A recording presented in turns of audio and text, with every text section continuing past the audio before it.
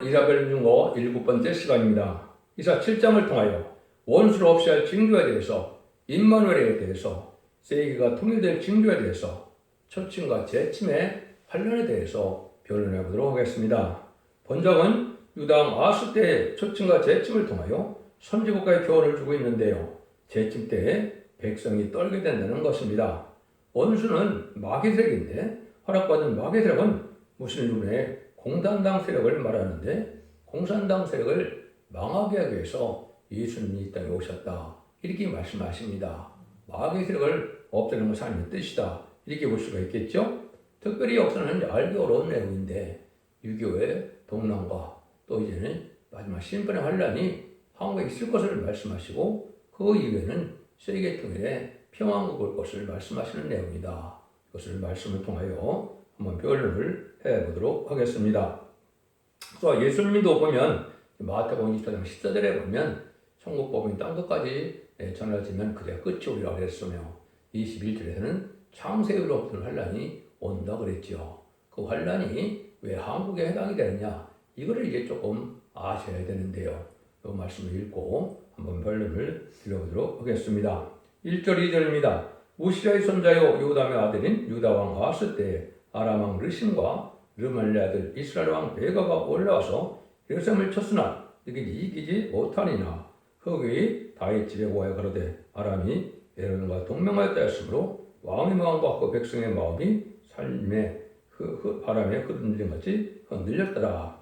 여기 유다왕 아하스 때 아람과 북방왕이 예루살렘을 쳤는데 승리하지 못했다, 이 말이죠. 이것이 이제 1950년 6월 15일에 북한과 중공이 한국에 납치을 했었는데 결국은 승리하지 못했다, 이렇게 볼 수가 있는 겁니다. 근데 여기 보니까 뭐가 있다 그랬습니까? 여기 보면 이제는 아람이 에브라임과 동맹을 하였다 그랬죠. 아람은 중공인데 에브라임은 이제 북한이 되겠죠. 이것이 실제로 1961년 7월 11일에 이것이 이제 동맹을 맺었다, 이 말입니다. 그래서 동맹을 맺고 재침 때는, 이제 환란 때는 세상 사람들이 떨게 될 것이다, 이렇게 말씀을 하거든요. 그래서 이 일이 있고 난 다음에 그것이 마냥 지나갈 것이 아니라는 것이 이제 그 다음에 나오는데, 먼저 여기를 통해서 왜 이것이 한교 환란이냐, 이걸 먼저 말씀드리도록 하겠습니다. 이 아스왕은 하나님을 공개하는 신앙심이 없는 사람이고, 이방과 타협하는 그런 협상적인 왕이었는데, 그래서 하나님이 그날 혼란에 빠지게 했고, 그 상태에 적군이 침입해 들어와서 북방 이스라엘 배가 아람군이 합해서 예루살렘을 쳐들어올 때 그런 억지로 그들을 막았는데, 또다시 아람군이 에브라임과 합해서 들어올 때는 아주 무서워 떨었다는 얘기인데요. 그래서 아까도 말씀드렸처럼 이것이 이제 성경에 마태복음 21절에서는 창세로운 환란이라고 주님이 말씀하셨고, 다니엘서 12장 1절에서는 개구령 환란이라고 다니엘 선지가 얘기를 했고, 요엘 선지는 그래서 2장 1절에 보면 자고려는 환란이다, 이렇게 얘기를 했거든요. 이 환란이 성경에 예언됐으니까 언젠가는 와야 되겠죠. 그래서 이것은 왜 이스라엘과 한국이냐, 이걸 좀 말씀드리면, 마태복음 21장 19절에 보면 예수님께서 제자들과 가서 무화과나무를 보시고는 이제는 뭐라고 저주를 하십니까? 이르시되 이제부터 영원토록 내게 열매를 맺지 못하리라, 이런 말씀하셨죠. 그래서 무화과나무가 곧 말하는 그런 기적을 행했다. 이걸 뭐로 뗐느냐 하면, 예수님이 성경대로 예언대로 메시아로 하나님의 아들을 오셨지만은 요한복음 1장에 보시면 참빛으로 오신 예수님을 영접합니까, 안 합니까? 안 하지요. 이걸 미리 아신 예수님이 있어야 되는 저주를 하신 겁니다. 이스라엘 백성들은 예수님을 영접하지 않고 우리 십자 못 박혀 죽임으로 이제는 영원한 열매를 맺지 못하는 나라가 된다, 이렇게 말씀하신 거거든요. 이걸 이제 잘 알지 못하니까 이제 마태복음 21장 이제 32절 이하에 보면 그 농부들이 이제는 그 세를 주고 간, 포도원을 세를 주고 간 농부들이 이제는 그 종들을 때리고 죽이고 그러니까 아들을 보냈다 그랬죠. 포도원이 이제 우리가 지금 말하면 기독교 구원 복음의 사업이라 볼 수 있는데요. 그런데 어떻게 했습니까? 아들을 보내니까 39절에 보면 그 아들을 포도원 밖에서 죽였다 그랬죠. 그것이 바로 누굽니까? 그것이 예수님 영문 밖에서 십자가 못 박혀 들어가신 그 일을 말씀하시는 것이죠. 근데 예수님이 그걸 가지고 이제는 예수님이 설명을 잘 하시죠. 그래서 이 악한 자들은 진멸하고 포도원은 제때 식을 바칠 만한 다른 농박에 세를 줄지니라. 그래서 건축자의 버린 돌이 보통이 머릿돌이 되었나니 이것은 주로 말씀하게 된 것이요. 우리의 눈에 귀하담을 읽어보지 못했느냐. 이 말씀하시죠. 여기가 바로 이제 시편 118편 23절에 하나님 작정된 일이 이렇게 되어 있다 이 말이죠. 이것이 응하는 때다 이 말입니다. 그래서 이스라엘 백성들은 하나님의 나라를 빼앗기게 됐다. 그래서 사명이 옮기게 된다 이 말이죠. 그래서 너 하나님의 나라를 너희는 뺏기고 그 나라의 열몇 명 백성이 받으리라 그랬죠. 그래서 이 돌에 떨어지면 깨어지겠고 이 돌이 사람 위에 떨어지면 저를 가루로 만들어 흩으니라 그랬죠. 이것은 철회주는 예수님을 용납하고요. 죄인을 불러왔지만 재림주의 역사는 용서 없는 심판이다. 이걸 말씀하시는 것이죠. 그래서 재림주의 역사가 바로 다른 민족에 이루어진다 이 말입니다. 그런데 예수님이 이제 마태복음 24장에 보면 20세기에 다 대부분 이루어질 예언을 하시죠. 예수님이 재림했다고 올 때는 이제 3절, 4절, 7절까지 보면 난리와 난리 소문, 민족이 민족을, 나라가 나라를 대적하는 일이 벌어진다. 재난의 시작이라고 그랬죠. 이런 일을 하시고 이제는 장소로 환란이 온다 그러고 또 뭐라 그럽니까? 이제는 그 말씀을 하고 난 다음에는 마태복음 24장 31절, 32절에 보면 뭐라 그럽니까? 거기에 하나님 주님께서는 이제 무화과나무의 비유를 배우라 그렇게 말씀하시죠. 무화과나무의 비유를 배우라 하는데 무화과나무 잎이 나고 가지가 나면 여름이 가까운 줄 안다. 그래서 여기서 너희도 이 모든 일을 보든 인자가 문 앞에 있는 줄 알라 그랬죠. 그 인자가 재림의 때가 왔다 이 말이죠.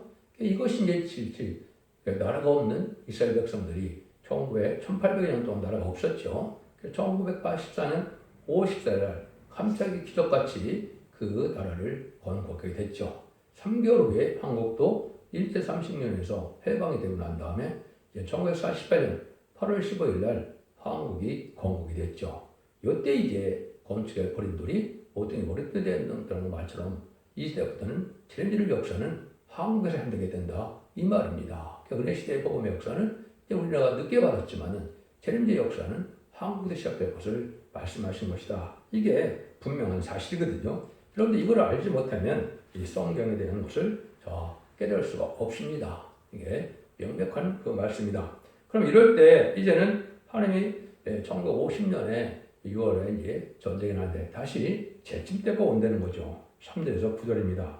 때 여호와께서 예사에게 이르시되 너와 네 아들 스알랴스는 은무 수도꽃 끝 세탁자의 밭 큰 길에 나가서 아하스를 만나 그에게 이르기를 너는 상감에 조용하라. 아람 르신과 리말레리 심이 누웠다 하셔도 용기라는 부지깽이에 부지깽이 그릇터기에 불과하니 두려워 말고 약심치 말라.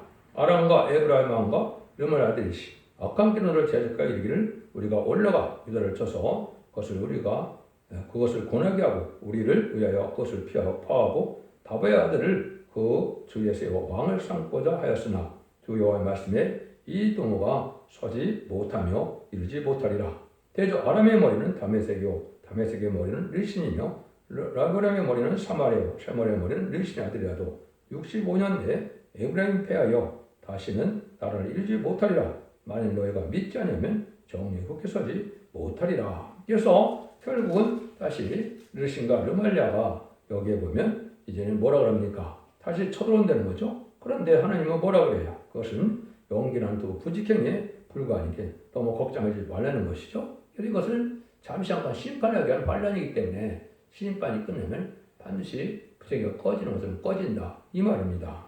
그 말씀이 이제 왜 이런 일을 했느냐? 이것은 이제 북한이 여기 한참 김정일 때 그런 얘기를 했죠. 이 좌파 세력들이 김정일을 통일 대통령으로 세운다고 노골적으로 얘기했죠.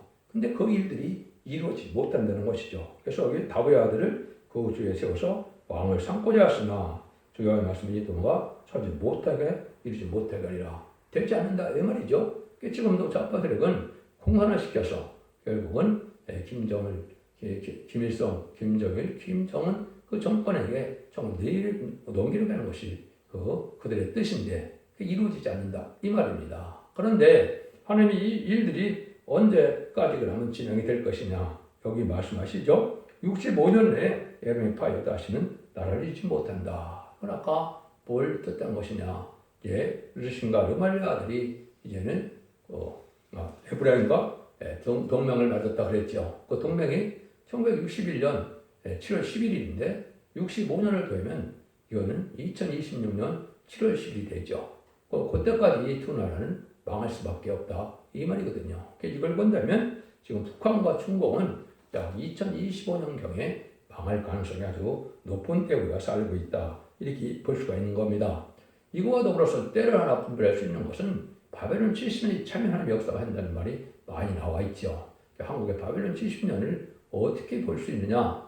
1953년 7월 27일 날 이제는 정전협정이 이루어졌죠. 휴전협정이 이루어졌는데 그날로 아마 봐야 될 겁니다. 그때부터는 한국은 자유민주국가, 북한은 공산국가로 출발이 됐죠. 그래서 그 포로를 70년이 차면은 이제 해방시켜줘야 되죠. 근데 올 7월 27일 날이 70년이 찼죠. 그러니까 그들을 해방시킬 때가 가깝다. 이렇게 보는 것이 우리가 성경으로는 맞다. 이렇게 봅니다. 그래서 예를 들면 29장 10절에도 70년이 차면 내가 권고해서 하나님이 그런 역사를 할 것을 말씀하셨다. 이렇게 볼 수가 있거든요. 그래서 스가랴 1장 12절에도 보면 하나님이 노하신 지 70년이 되었다. 이런 말을 하는데 70년이 되는 것이 이제 찼으니까 하나님이 지하 기독교인이나 이제 택한 백성을 구하는 역사가 진행되어야 될 것이다. 이렇게 볼 수 있는 겁니다.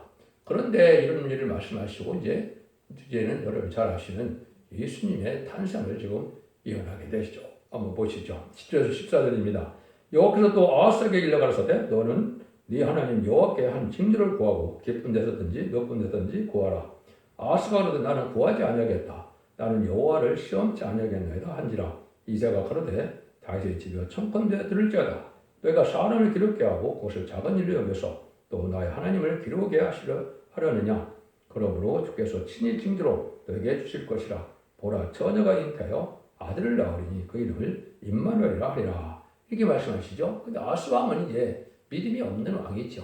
믿음이 없는 왕이니까 하나님 징조나 하나님 이름은 관심이 없는 자죠. 그런데 하나님께서 여기에 보니까 뭐라고 해요? 이제는 징조가 친히 징조로 해서 처녀가 잉태한다. 그래서 이것은 동정 마리아에게 성령 잉태하여 예수님을 탄생한다 그러죠. 그런데 마태복음 1장 21절에서는 예수라고 한다고 그랬는데 여기는 임마누엘이라고 한다고 그랬죠. 이것이 큰 의미가 있는 겁니다. 하나님 임마누엘의 역사가 시작될 때가 올 것을 얘기한 것이다. 이 말입니다. 그래서 예수님이 동정녀 마리아에게 오셔서 결국은 계속제물로 수권제물로 이제는 우리의 피로 들어가셨지만은 이제는 천국봉 전해주고 난 다음에 제레미주가 올 때 임마누엘 역사가 나타날 것을 말씀한 겁니다. 그래서 그 일들은 바로 뭐냐? 꼬티에 쭉 나옵니다. 이제는 제레미주가 오면 세상은 이제 악을 이제 멸망시키는 심판 때가 온다. 요 말이거든요. 그런데 이 일들이 이루어지게 보면 임마누엘 역사가 언제 날 것이냐 했을 때는 8장에 이것이 이언이 되어 있습니다. 이사야 8장 7절 8절에 보면 그러므로 주 내가 흉용하고 창이랑 큰 하수 곧 아수르 왕과 그의 모든 의력으로 그들을 위해 덮을 것이라. 그 모든 곳에 차고 모든 언덕에 넘쳐 흘러 유다를 와서 창이라고 목에까지 미치리라. 임마누엘이여 그의 펴는 날과 내 땅의 편만이라 하셨느니라. 이건 바로 뭐냐? 하나님께서 인간 종말에 이제는 한국에 다시 재침의 환란이 올 것을 여기 유다의 골에 찼다 이런 말했죠. 그래서 홍수로 표현되는 것은 대부분 환란을 얘기한 겁니다. 이 환란이 왔을 때 임마누엘의 역사가 내 땅에 표현한다고 그랬죠. 이때 하나님이 구원하는 역사, 보호하는 역사가 있게 된다 이 말입니다. 이것이 근본적으로 하나님의 1300년반에 들어가는 시점이다 볼 수 있는데 이런 일들이 지금 예언되는 것이다 이렇게 봐야 된다. 그러니까 예수님이 이 땅에 왜 오셨느냐? 요한 1서 3장 8절에 보면 하나님의 아들이 나타난 것은 마귀를 멸하러 왔다고 그랬죠. 근데 마귀는 무슬림은 공산당 세력이고 공산당 세력을 통해서 마귀도 역사를 하는 것이고 하나님은 하나님의 사람들을 통하여 성령을 받은 자를 통하여 하나님의 일을 진행하는 것이죠. 그래서 마귀를 없앤다는 것은 세상의 심판에서 하나님 앞에 예수님에 돌아오지 않는 자들을 회개치 않는 자들을 망하게 한다 이 말이죠. 그 일들이 이제 실질적으로 어떻게 표현되느냐? 한 절 쌓이지만 이제 2000년이 흐른 거죠. 그것이 15절입니다. 그가 악을 버리고 선을 택할 줄 알 때 미쳐 뻗어 꿀을 먹을 것이라. 악을 버리고 선을 택한다 그랬죠. 알과 축전을 갈려서 심판할 때가 온다 이 말이죠. 그런데 그때는 버터와 꿀을 먹는다. 새 시대가 온다 이 말입니다. 적과 꿀이 흐르는 그런 가나안 땅이 지금 적과 꿀이 가나안 땅에 흐릅니까? 그렇지 않죠. 그것은 에덴 동산이 복돼서 천명하게 오게 된다 이 말입니다. 예수님은 천연과 재림을 통하여 세상을 심판하고 에덴 동산을 회복시키기 위해서 오셨다. 이렇게 보셔야 정확히 예수님 오신 목적을 안 겁니다. 그래서 이사야 9장 7절에 보시면 6절 7절에 보면 한 아기로 온 예수님은 다윗에 의앉아서 나라를 굳건히 세워서 영원히 멸망치 않을 나라를 세우려 오신 분이 바로 예수님이거든요. 그때는 재림의 때 이것이 이루어진다 이 말이죠. 그래서 이런 일이 이루어질 것을 얘기한다. 16절 17절입니다. 대저 이 아이가 악을 버리고 선을 택할 줄 알기 전에 너의 미워하는 두 왕이 땅이 패한 바 되리라. 여호와께서 그 에브라임이 유다를 떠날 때 당하여 보지 못한 날을 너와 네 백성과 네 아버지에 임하게 되니 곧 아수르 왕이 오는 날이니라. 그래서 아수르 왕이 온다. 그건 이제 북방 세력이 아수르에서 북이스라엘이 망했던 것처럼 이제 무슬림의 공산당 세력의 심판의 환란이 올 걸 얘기한 거죠. 그런데 여기서 이제 아주 미워하는 두 왕이죠. 6.25도 북한과 중공이 했죠. 근데 그 왕들이 망하게 된다. 그래서 망하게 된 것이가 2026년 이전이라고 했죠. 그러니까 2025년 경에는 두 나라가 망하게 될 것입니다. 공산당 자체가 없어지는 것은 이제는 아마겟돈 전쟁이죠. 그래서 아마겟돈 전쟁 때 이제는 후삼 때문에 이제 역사였던 적그리스도 세력, 공산당 세력이 심승의 표를 이제 받게 하고 심승의 표를 받는 자는 심판의 대상자, 멸망의 대상자가 돼서 대접자한테 기름을 받다 아마겟돈 때 전멸당한 것이 하나님의 심판의 방법이거든요. 그러니까 공산당 악의 세력, 마귀 세력이 완전히 없어지는 것은 기록 19장, 11절에서 22절 사이에 아마겟돈 전쟁에서 완전히 없어지는 겁니다. 그래서 20장 사이에 천년 동안 왕노릇하는 천년왕국이 이 땅에 오는 것이 그게 에덴 축복이고 에덴이 회복되는 것이다. 이것이 진정한 이스라엘 회복이다 이 말입니다. 이런 일들을 이제 쭉 성경적으로 보면 어떻게 의미할까 하시면은 미가서 5장이나 또 요엘서 2장이나 다음 주 2장에 보면 자세히 나와 있습니다. 그것까지 다 설명을 드리지 못하는데 이래서 결국 한국이 통일을 이루게 되고 통일을 이루게 되면 1600 사명을 해서 1300년 역사를 본격적으로 진행함으로 알고 쭉쭉 모든 역사가 진행될 것이다. 이렇게 볼 수 있는 겁니다. 그런데 이런 때는 이 세상이 어떤 때냐? 18절에서 22절입니다. 그날에는 여호와께서 애굽 하수에서 먼 지경의 파리와 아수르 땅의 벌을 부르시리니 나와서 거친 골짜기와 바위tum과 가시나무 울타리와 모든 초정이 앉으리라.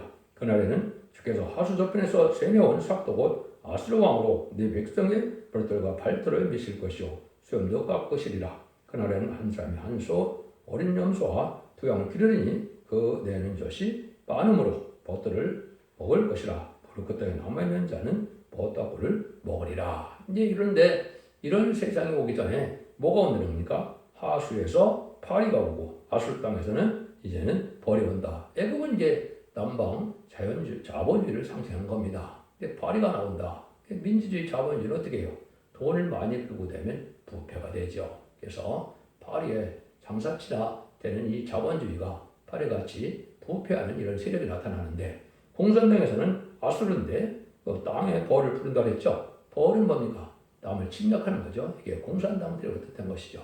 그래서 이 시대는 미국과 소련을 중심으로 하는 두 양대 진영이 나타날 것을 보여준 것이요. 이것은 스가랴 6장 1절에 보면 또 노수한 시대가 온다 그랬는데 이것이 바로 그 시대고 이것이 1945년 2차 대전 후에 이런 일이 다 벌어졌죠. 그래서 양대 진영이 각각 대립하는 시대가 왔었던 거죠.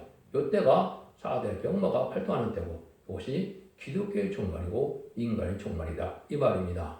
역시 그런 일이 끝난 데는 여기서도 보니까 또 뭐라 그래요. 아수르 왕을 통해서 이제는 또 머리털과 발털을 미칠 거라 이런 얘기를 했죠. 수험자가 수칠당한다. 이거는 심판의 말년이 올 것을 얘기한 거죠.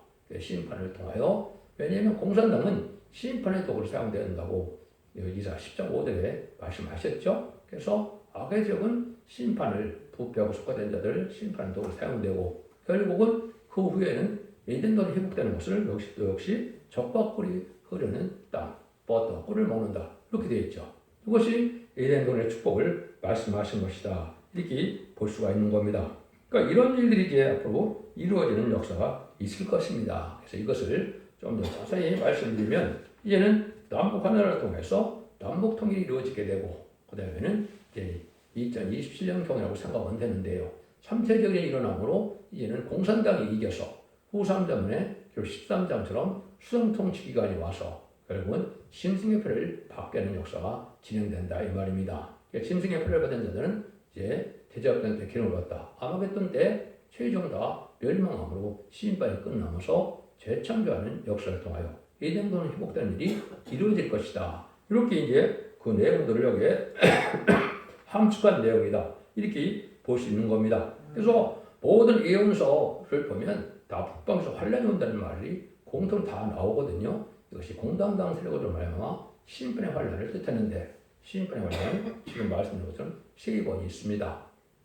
남북전쟁을 통하여 한국의 심판을 받고 이제는 3차전을 통하여 자본주의와 미국의 심판을 받고 이제는 아마겟돈을 통하여 공산주의가 심판받아서 악인과 죄는 전부 멸망당하는 것이 모든 예언서 계시의 결론적인 말씀이다. 이렇게 말씀드릴 수가 있습니다. 이때 사회는 또 어떤 사회냐? 23절에 25절에 보시면 그날에는 천주의 은 1,000개의 같이 그런 애는 포도나무 있던 곳마다 진료와 형국이 날 것이다. 온 땅에 진료와 형국이 있으므로 살과 활을 가지고 거리로 갈 것이요 보석으로 갈던 산에도 진료와 형국이 바닥에 두려워서 거리로 가지 못할 것이요 그 땅은 술을 놓으며 양이 밟는 곳이 되리라. 여기에 보면 인간 마지막 때 은 1,000개 가치밖에 안 되는 그 천주의 1,000개다. 이것이 포도나무라고 했죠. 이거는 기독교가 부패될 걸 얘기한 것이죠. 이게 값어치 없는 것이죠. 천하보다 귀한 생명이 되면 성령을 받아서 하나님의 형상이 복돼서 주의 형상이 이루어가지는 자들이 천하보다 귀한 생명이지. 예수를 믿는데 마귀독으로 사용된다면 아무 가치가 없는 거죠. 근데 지금 기독교가 그런 형국이 된 거죠. 그냥 겉으로 보기에는 기독교인이라고 볼 수 있지만 참된 신앙을 가져서 성령의 열매를 맺지 못하고 더군다나 이 시대는 재림을 용접할 신앙 준비를 하는 이런 기독교인이 필요한데 그런 기독을 찾기가 어렵죠. 그래서 그러한 포도원이 진료와 행복이 난다. 그래서 마귀의 도구만 대해서 마귀의 역사만 많이 있다 이 말이죠. 여러분들이 이걸 잘 믿으셔야 됩니다. 잘 분별하셔야 됩니다. 그래서 음료 정권과 음료 교권 세력이 되어서 결국은 마귀한테 다 속아서 마음한테 치는 이런 순간이 온 거죠. 이때 이제 참된 종인 소떼기의 완전 변의 역사를 듣고 이변의 역사를 듣고 그걸 참으로 회개하고 들어와서 남은 종 남은 백성이 되야만 새시대 축을 이루게 된다 이 말입니다. 그래서 전사들과는 알과 축전을 가르는데 알과 축전을 가르는 것은 여러분이 듣는 모든 예언석의 본문을 통하여 이 말씀이 믿어지고 순종하면 알곡이고 이 말씀을 순종치 않으면 이제 축전이가 돼서 결국 환난에 빠지게 되고 환난에 빠지면 심승의 표를 받게 되고 심승의 표를 받으면 심판받는다 이 말입니다.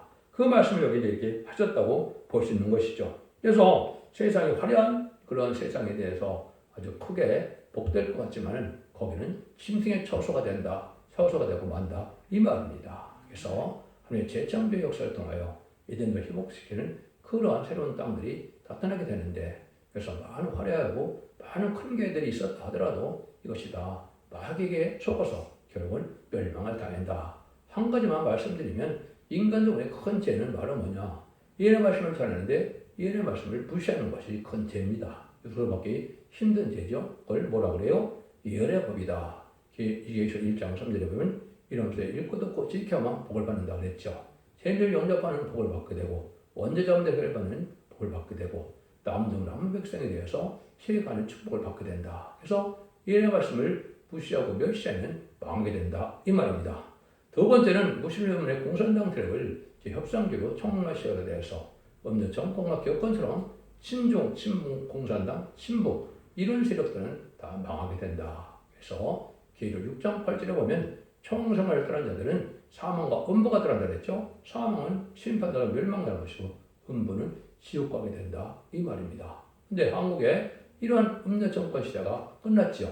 김대중 정권, 노무현 정권, 문재인 정권이 바로 정말 시대였는데 그렇으니까 심판대가 가깝다. 이렇게 보셔야 되고 심판은 북방 환란으로 말미암아 여기서 말하는 것처럼 이제는 심판이 오게 된다. 그때 하나님의 참된 시온의 문이 임마누엘의 역사 아래 이제 들어가는 무리가 나온다. 이것이 전산년에 알고는 묻는 역사로 시작이 될 것이다. 이렇게 말씀을 드릴 수 있는 것이고 그 사명을 하는 것이 바로 성경에는 첫대교의 사명이다. 이렇게 되고 첫대교는 여러 시대에 사랑의 방주, 은혜의 방주, 구원의 방주로서 모든 편의를 말씀을 듣고 순종하면 절대적인 보호와 인도와 양육 속에 절대적인 보호 속에서 환란적 심판들에 남들 남은 백성이 되는 일이 된다. 이 말이죠. 물론 그 중에 이제 일반인 14,000명은 공중강림한 예수를 영접하는 그런 영광을 드리게 되고 병마탄 자가 되어 최종 승리자가 되므로 계속 20장 사절처럼 그리스도로 천년 동안 왕노릇하는 말씀이 응함으로 천지 창조의 목적이 이 땅에 이루어지고 완성이 되고 결국은 완전한 축복의 그리스도의 나라, 성도의 나라, 천년왕국이 이루어지므로 완전히 하나님의 사랑이 완성되어지는 것이다. 이렇게 볼 수가 있는 겁니다. 그래서 가장 이제 하는 역사적인 큰 징조 중에 하나는 처녀가 잉태여 아들을 낳는 거죠. 예수님의 탄생이죠. 예수님의 탄생이 시작돼서 결국은 심판때까지 진행되다가 심판 때는 사명고가 바뀌어서 새로운 사명고가 이루어진데 그것이 한국이고 동방 땅 끝에 해전나라에서 이 역사가 진행되므로 모든 복음을 전하게 해서 결국은 순종하지 않은 자들을 멸망시키는 것이 심판의 방법이다. 이렇게 말씀드릴 수가 있는 것이죠. 그 중에 이제 특별한 징조 하나가 더 있죠. 기록 12장 1절에서 5절에 보면 해를 입은 여자가 장차 마음을 별 남자아이를 낳지요. 이것이 바로 말세 마지막 사명자가 나올 것을 말씀한 것이고 예수님이 대행자가 돼서 세상을 심판하는 사명을 자인데 이 종이 이제는 다른 지들 마지막 사는 것이 전삼년 만이고 그 변론을 통하여 알과 천을 가르게 된다. 그래서 결국은 심판이 와서 심판의 환란이 와서 남는 백성으로 셋을 이루게 하는 것이 하나님의 역사고 그때부터 이제 앞으로는 인말의 역사가 나타나서 하나님의 함께하는 무리가 나타나므로 이제는 하나님이 영원히 멸망치 않은 나라를 세운다는 것처럼 천년왕국을 이루게 된다. 이 말입니다. 천년왕국에 그러면 백부자 심판 후에 무궁색에서 다시 하나님과 동거동을 가는 그런 세가 이룬 것이 또 하나님과 새 땅이라고 계시록 21장 1절에 말씀하셨죠. 그러나 올 때까지 여러분들은 천년왕국에 들어가는 것이 이 시대에는 가장 큰 복받는 일이고 기독교 2000년의 역사가 예수 믿고 중생받아서 이제는 죽어 천국 가는 그런 역사를 끌어들이는 것이 아니고 지난주가 올 때는 죽정고 세시다가고 죽음을 맛보정고 별성찬하여 이제는 남도 나온 백성으로 예전을 축복을 받는 것이 참된 기독교의 소망이다. 이렇게 보셔야 됩니다. 여러분 시를 잘 분별하심으로 자손 만대 축복을 이루는 복된 종들과 성도님들 다 되시기를 예수님으로 간절히 축원드립니다. 아멘.